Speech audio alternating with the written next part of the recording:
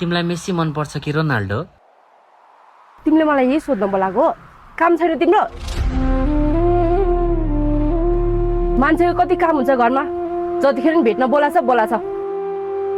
तिमीलाई आजभोलि के भएको छ भन त? सानसानो कुरामा नि झर्किरा हुन्छ। के मिस्टेक भएको छ मबाट? किन?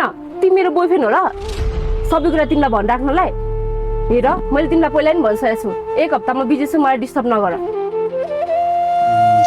सरी, म अबदेखि तिमीलाई डिस्टर्ब गर्दिनँ ल।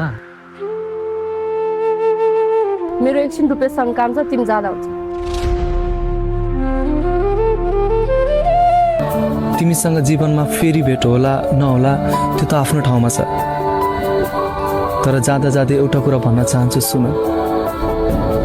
म कहिले पनि गलत थिइनँ। सायद समय गलत थियो होला, त्यो आफ्नो ठाउँमा छ, तर तिमी प्रतिको मेरो प्रेम कहिले पनि गलत थिएन। यो कुरा साँचो हो माया।